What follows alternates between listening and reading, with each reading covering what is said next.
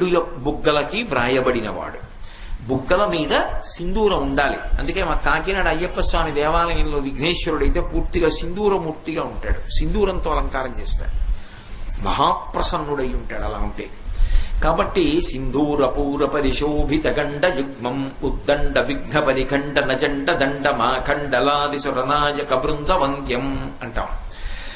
పూజ చిట్ట చివరవాడు పవమానాసుతుడు పట్టు పాదారా విందములకు నీనామా రూపములకు జయా జయ మంగళం నిత్య శుభమంగళం. పవమానాసుతుడు పట్టు పాదారా విందములకు హనుమ. ఆ హనుమ పేరు చెప్తే హనుమకి మళ్ళీ సింధూరంతో పూజ.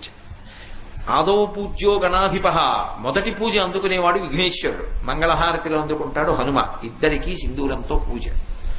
ఆ సింధూరం బొట్టు పెట్టుకుని గరిక తల మీద పెట్టుకుంటే చాలు, సమస్త దోషములను నివారిస్తాడు.